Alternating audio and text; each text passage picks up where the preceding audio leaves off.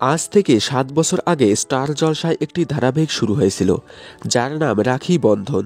২০১৬ সালের ২৮শে November blues প্রোডাকশনের আন্ডারে পথ চলা শুরু হয়েছিল স্টার জলসার পর্দায়। ধারাবাহিকে প্রধান চরিত্রে কৃত্তিকা এবং সোহম অভিনয় করে মন জয় করে নিয়েছিল হাজারো দর্শকের। ধারাবাহিকটি ২০১৬ সাল থেকে ২০১৯ সাল পর্যন্ত সম্প্রচার হয়েছিল। তবে এই ধারাবাহিকে কৃত্তিকা সোহম ছাড়াও আরও এক শিশু অভিনেতা ছিলেন, যার নাম সপ্তর্ষি চৌধুরী।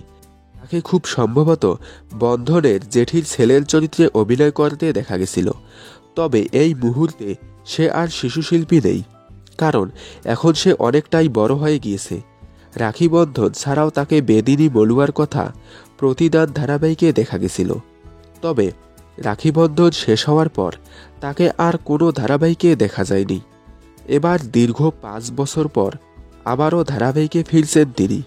জি বাংলার জনপ্রিয় ধারাবাহিক খেলনাবাড়ি ধারাবাহিকে এবার লিপ নিচ্ছে ১৪ থেকে ১৫ বছরের।